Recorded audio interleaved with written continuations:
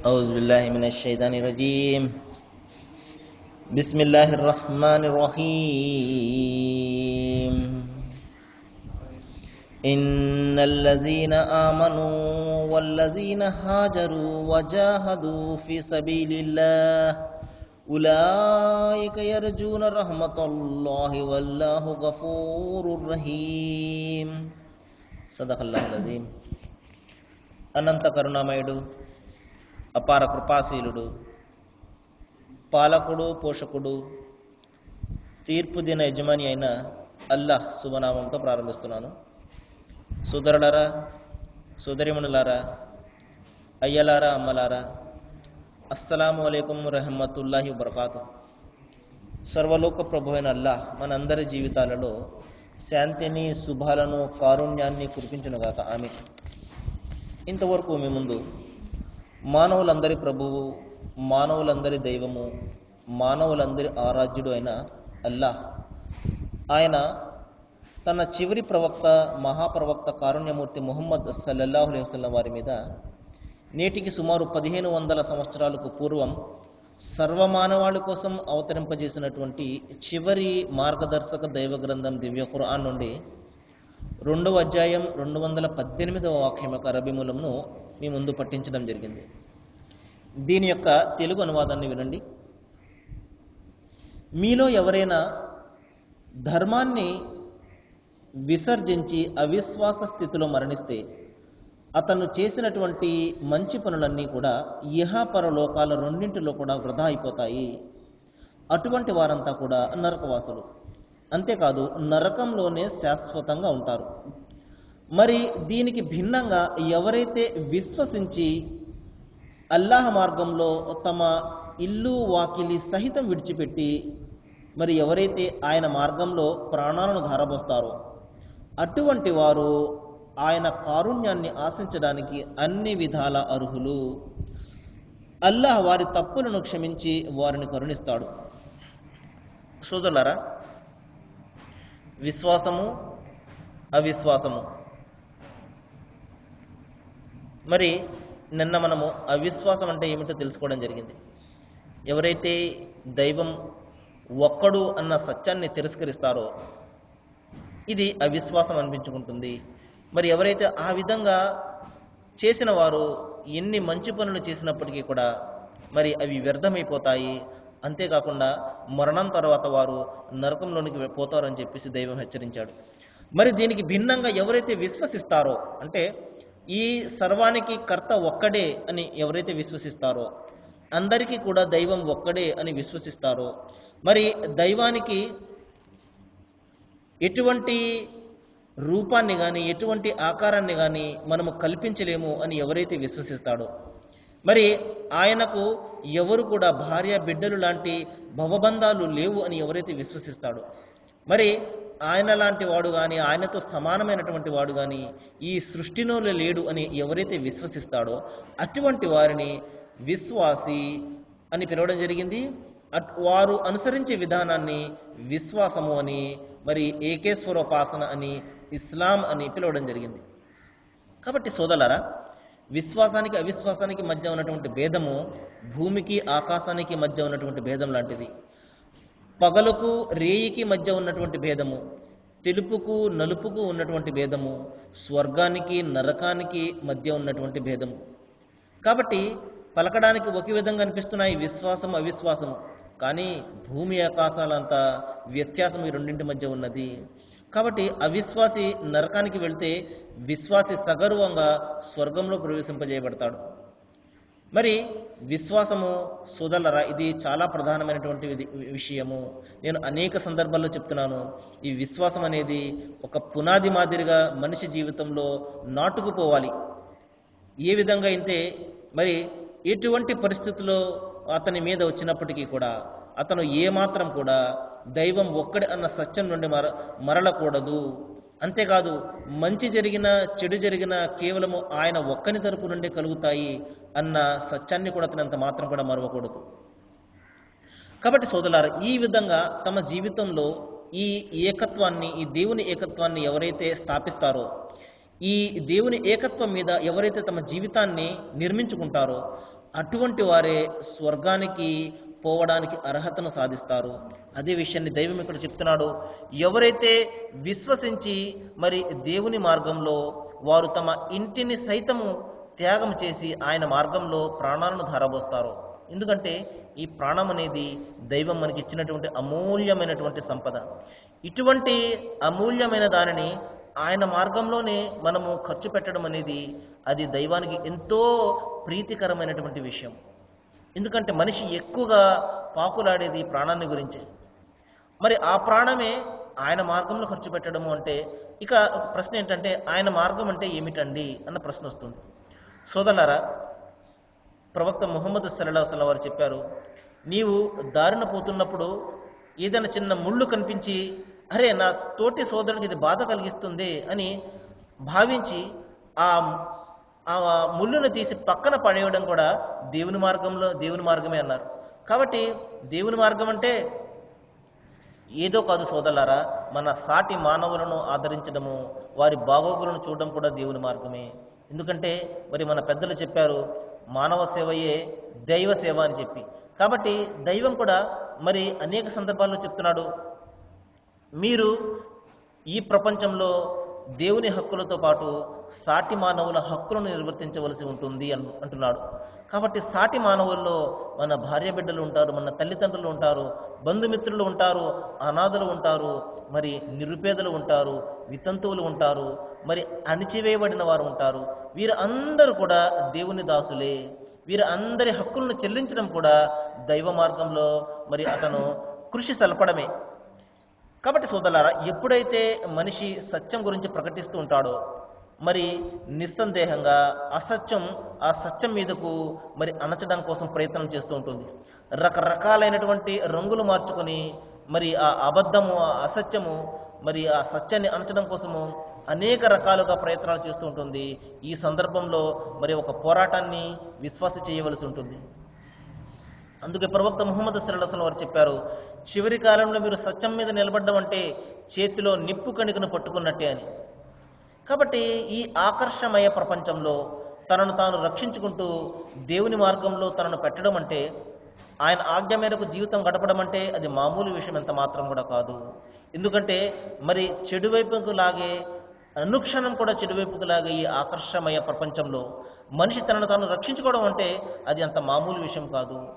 ఇంత బిజీ అయినటువంటి సమయంలో తనను మరి 5 పూటల్లో కూడా మరి తనను మస్జిద్కు తీసుకురావడం అనేది, తన శరీరాన్ని మస్జిద్కు, తన మనస్సును మస్జిద్కు తీసుకురావడం అనేది అది అంత మామూలు విషయం కాదు. మరి ఆదమరచి నిద్రపోయే ఈ సమయంలో, తెల్లవారుజాము సమయంలో తనను దైవ మార్గం వైపునకు తీసుకురావడం అనేది అంత మామూలు విషయం కాదు. కాబట్టి సోదరులారా, ఇవన్నీ కూడా దేవుని మార్గంలో మరి కృషి సలపడమే. ఇక ప్రధానంగా ఏమిటంటే ఇంకా దేవుని మార్గంలో తన ప్రాణాలను అర్పించడము, ఇది చాలా గొప్పదైనటువంటి విషయము. కాబట్టి సత్యం కోసము, ధర్మం కోసము, న్యాయం కోసము మన ప్రాణాన్ని దైవ మార్గంలో ఖర్చు పెట్టడం అనేది దైవానికి ఎంతో ఇష్టమైనటువంటిది. మరి అటువంటి వారిని దైవము మరి వారి తప్పులను క్షమించి స్వర్గంలో ప్రవేశింపజేస్తాడు అని చెప్పడం జరిగింది. ఆ తర్వాత సోదరులారా, మరొక సామాజిక చెడుల గురించి ఇక్కడ దైవము మరి ఎత్తి చూపుతున్నాడు. అదేమిటంటే, ఇక ప్రశ్న ఏంటంటే అదేమిటంటే, సహజంగా దైవ గ్రంథము అంటే ఆరాధనకు సంబంధించి ఉండాలి. ఏ విధంగా ఆరాధన చేయాలి, ఎన్ని జపాలు చేయాలి, ఏ విధంగా చేయాలి అన్నది ఉండాలి తప్పించి సమాజం గురించి మరి సమాజంలో ఉండే చెడుల గురించి ఈ విధంగా ఎందుకంటే చెప్తున్నాడు. దైవ గ్రంథము ఏ విధంగా అనిపించుకుంటుంది, ప్రాపంచిక గ్రంథం కదండి అన్న ప్రశ్న వస్తుంది. కానీ సోదరులారా, మన మైండ్ సెట్ ఏ విధంగా మారిందంటే, దైవ గ్రంథము అంటే 4 గోడల మధ్య చదువుకునేది, ఇంకా బయటకు వస్తే మన ఇష్టం వచ్చిన జీవితం గడపవచ్చు. మరి దేవుడు అంటే 4 గోడల మధ్య ఉండేవాడు, బయట మన ఇష్టం వచ్చిన జీవితం గడపవచ్చు. ఈ విధమైనటువంటి మైండ్ సెట్ మనలో ప్రారంభం నుండి కూడా మన పెద్దలు కానివ్వండి, మన గురువులు కానివ్వండి, మన పండితులు కానివ్వండి మనకు నేర్పి మన మైండ్లను ఆ విధంగా తయారు చేశారు. కానీ సోదరులారా, దైవం అనేవాడు సర్వంతర్యామి, అన్ని చోట్ల ఉన్నవాడు. కేవలం మస్జిద్లోనో, గుడిలోనో, లేకపోతే చర్చిలోనో ఉండి బయట ఉండేవాడు కాదు సోదరులారా, ఉండనివాడు కాదు. సర్వం కూడా ఆయన వ్యాపించి ఉన్నవాడు. ఆయన నాలుగు గోడల మధ్య కాదు, ప్రపంచం అంతా కూడా వ్యాపించి ఉన్నాడు. కాబట్టి మనిషి మరి దైవారాధనలో ఏ విధంగా ఉంటాడో, దేవుని ఆలయంలో ఏ విధంగా ఉంటాడో, బయట ప్రాపంచిక జీవితం కూడా అదే విధంగా ఉండాలి. అదే ధ్యాసతోటి, అదే భయంతో, అదే భీతితోటి అతను తన జీవితం గడపాలి.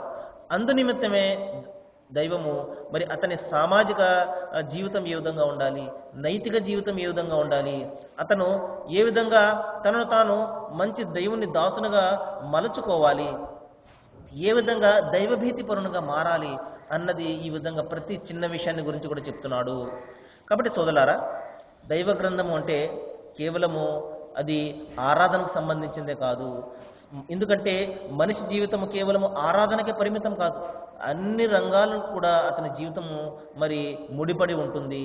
అతను ఒక తండ్రిగా బాధ్యతను నిర్వహించవలసి ఉంటుంది, బిడ్డగా బాధ్యతను నిర్వహించవలసి ఉంటుంది, సమాజంలో ఒక పౌరునిగా అతను తన బాధ్యతను నిర్వహించాలి, అతను ఉద్యోగస్తుడైతే ఒక మంచి ఉద్యోగిగా అతను తన బాధ్యతను నిర్వహించాలి. ఈ విధంగా సమాజంలో అనేక రంగాలలో అతని జీవితం ముడిపడి ఉంటుంది. కాబట్టి ఈ రంగాల అన్నింటిలో కూడా అతనికి దైవము మార్గదర్శకత్వం నెరపాలి. అది నిజమైనటువంటి మార్గదర్శకత్వం అంటే. అందుకనే దైవం ఇక్కడ చెప్తున్నాడు, నీవు ఈ సామాజిక చెడులను గురించి ఆలోచన చేయాలి, వీటికి దూరంగా ఉండాలి, అప్పుడు మాత్రమే నీవు నిజమైనటువంటి దైవదాసులు అనిపించుకుంటావు అని దైవం ఇక్కడ సెలవిస్తున్నాడు. చూడండి, యస్అలునక అనిల్ ఖమ్రి వల్ మైసిర్, ఓ ప్రవక్త, మిమ్మల్ని ఈ ప్రజలు మద్యపానం గురించి మరియు జూదాన్ని గురించి ప్రశ్నిస్తారు. నీవు వారికి ఈ విధంగా ఉపదేశించు, ఈ రెండింటిలో కూడా కీడు ఉన్నది. ప్రజలకు కొన్ని లాభాలు ఉన్నట్లుగా అనిపించినప్పటికీ కూడా. సోదరులారా, చూడండి దైవం ఇక్కడ ఏం చెప్తున్నాడంటే, ప్రజలకు కొన్ని లాభాలు ఉన్నాయని అనిపిస్తూ ఉంటుంది ఈ మద్యపానంలో, ఈ జూదంలో. మద్యపానాన్ని మనం ప్రశ్నిస్తే, ఏమయ్యా నీవు ఎందుకు ఈ విధంగా తాగుతున్నావు అంటే, నా బాధల నుండి విముక్తి లభిస్తుందండి, ఉపశమనం కోసము నేను తాగుతున్నానండి, కొద్దిసేపు నా బాధలను మర్చిపోతానండి నేను అని అతను సమాధానం చెప్తాడు. మరి ఆనందంగా ఉన్నవాడిని ప్రశ్నిస్తే, మరింత ఆనందం కోసం నేను తాగుతున్నానండి అంటాడు. ఈ విధంగా కొంచెం మంచి ఉన్నట్టుగా అతనికి కనిపిస్తూ ఉంటుంది. ఆ విధంగా శైతాన్ అతనికి చేస్తాడు.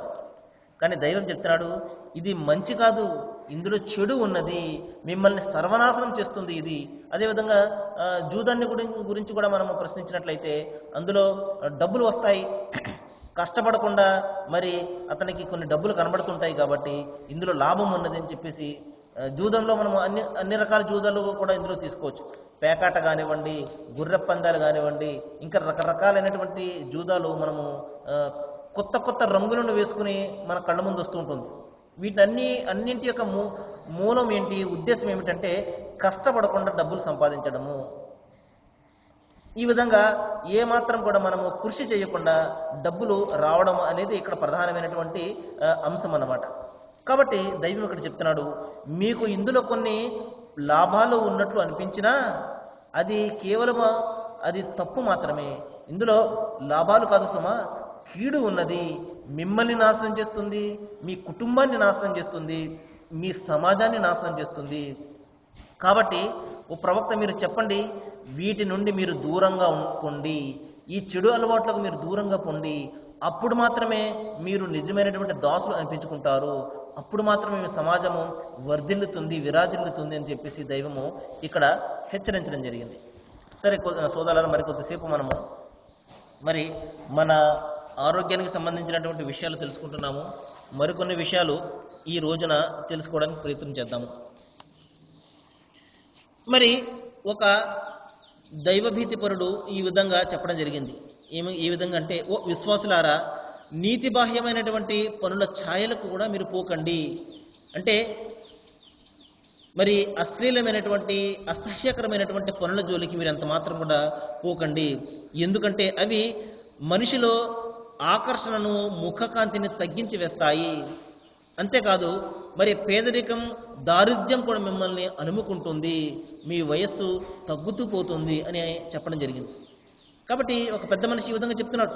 మరి ఈ విధంగా అశ్లీల పనులు మీరు చేసినట్లయితే మీ ముఖ వర్చస్సు తగ్గిపోతుంది, అంటే ఆ ముఖంలో ఉన్నటువంటి ఆ దైవభీతి పోతుంది, ఆ వెలుగు పోతుంది, ఆ కాంతి పోతుంది అని చెప్పడం జరిగింది. మరి ఇంకా సోదరులారా, ఇంకా ప్రధానంగా మన యువతను, మన సమాజాన్ని మరి పాడు చేసేది ఏమిటంటే మత్తు పదార్థాలు. మరి ఈ రోజున మనము చూస్తున్నాము, రకరకాలైనటువంటి మత్తు పదార్థాలు మరి ప్రపంచంలోనికి బయలుదేరిపోయాయి. ఇవన్నీ కూడా మరి మన యువతను నిర్వీర్యం చేస్తున్నాయి, తద్వారా సమాజాన్ని పాడు చేస్తున్నాయి, కుటుంబాలను చిన్న భిన్నం చేస్తున్నాయి. ఈ మత్తు పదార్థాలు అనేక రకాల మత్తు పదార్థాలు ఉన్నాయి. మరి వీటిని దూరంగా ఉండాలి. మన బిడ్డలు కూడా ఏం చేస్తున్నారో మనము అనుక్షణం కూడా గమనించవలసి ఉంటుంది. ఇవి ఒక్కసారి మనిషి దీన్ని హత్తుకున్నాడంటే అతని ప్రాణం తీసే వరకు కూడా ఇవి వదలవు. అంత భయంకరమైనటువంటి వ్యసనం ఇది. ఒక్కసారి అలవాటు పడిందంటే దీని నుండి బయటపడము దాదాపుగా అసాధ్యము. కాబట్టి ఎవరైనా కొద్దిసేపు మనము దీని రుచి చూద్దాము అని ఎవరైనా వెళ్ళినా మళ్ళీ తిరిగి రానటువంటి పరిస్థితులు మరి వారికి వస్తుంది. కాబట్టి చాలా జాగ్రత్తగా ఉండాలి ఈ మత్తు పదార్థాల గురించి.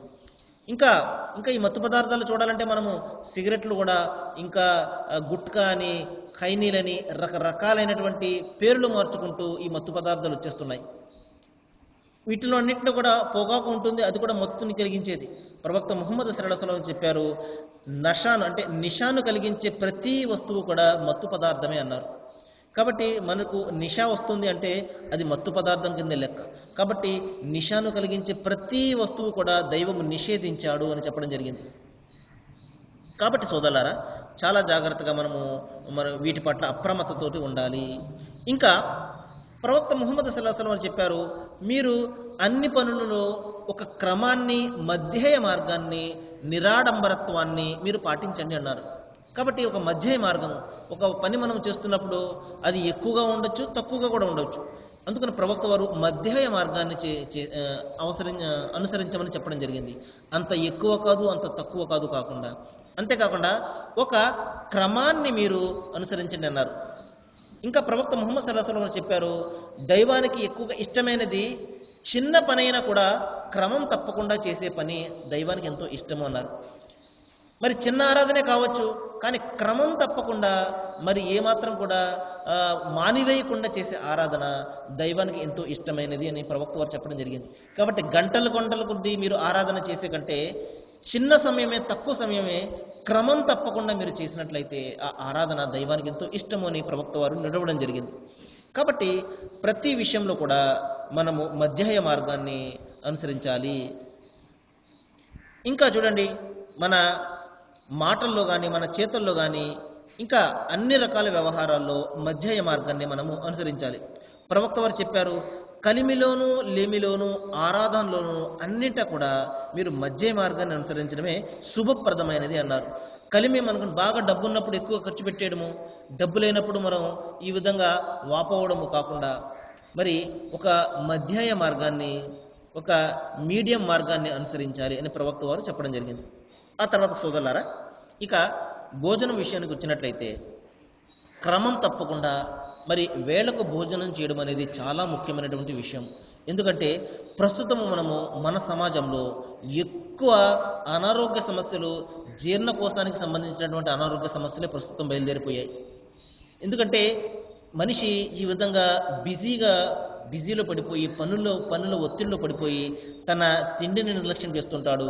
తన వేళకు భోజనం చేయడు, తద్వారా గ్యాస్ట్రిక్ ట్రబుల్స్ లాంటివి, అల్సర్ లాంటివి బయలుదేరి మనిషి జీవితాన్ని చిన్న భిన్నం చేస్తున్నాయి. కాబట్టి దీనికి ప్రధానంగా ఏమిటంటే నీళ్లు ఎక్కువగా తాగాలి. మరి క్రమం తప్పకుండా, అంటే సరైన వేళకు కొద్దిగా అయినా సరే అతను మరి తన ఆహారాన్ని తీసుకోవాలి. మరి ప్రవక్త వారు చెప్పారు, మరి కడుపు నిండా భుజించడం అనేది విశ్వాసి యొక్క లక్షణం కాదు అన్నారు. విశ్వాసి ఒక ప్రేవుతో తింటే అవిశ్వాసి 7 ప్రేవులతో తింటాడు. అంటే కడుపు నిండా భుజించేస్తే ఏమవుతుందండి?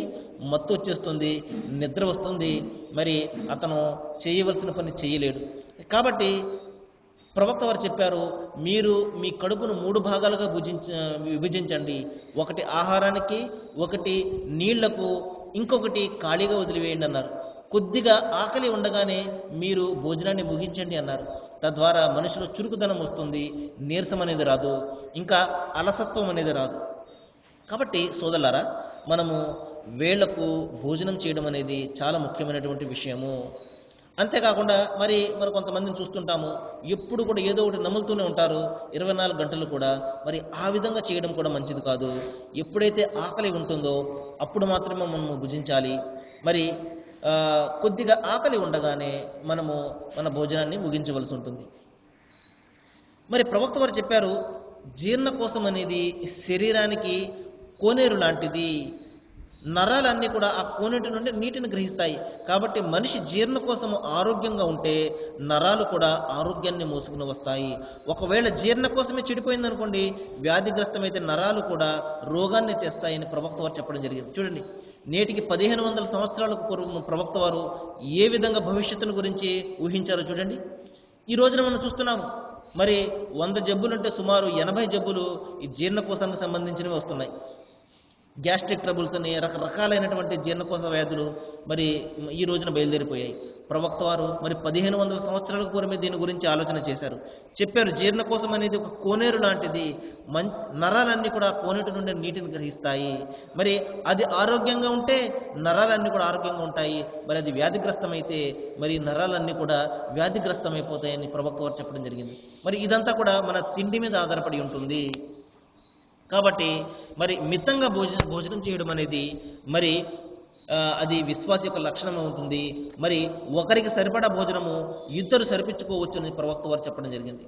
సరే సోదరులారా, మరికొన్ని విషయాలు మనము రేపు మాట్లాడుకోవడానికి ప్రయత్నం చేద్దాము. మరి ఏ విషయాలైతే మన ముందు చర్చకు వస్తున్నాయో వీటి మీద మనం బాగా ఆలోచన చేయాలని, ఆచరణ చేసే విధంగా దైవము మన మనస్సులను విప్పాలని, మనలో ఉన్నటువంటి అజ్ఞానాన్ని మరి అంధకారాన్ని తొలగించి మరి జ్ఞాన వైపునకు, వెలుగు వైపునకు దైవం మనందరినీ కూడా తీసుకుని వెళ్ళాలని నేను దైవాన్ని మనస్ఫూర్తిగా వేడుకుంటూ, అల్లాహ్ మన అందరికీ మంచి చేయాలని నేను దైవాన్ని ప్రార్థిస్తూ ముగిస్తున్నాను. వాఖిరు దవానా అనిల్ హమ్దులిల్లాహి రబ్బిల్ ఆలమీన్. అస్సలాము అలైకుం.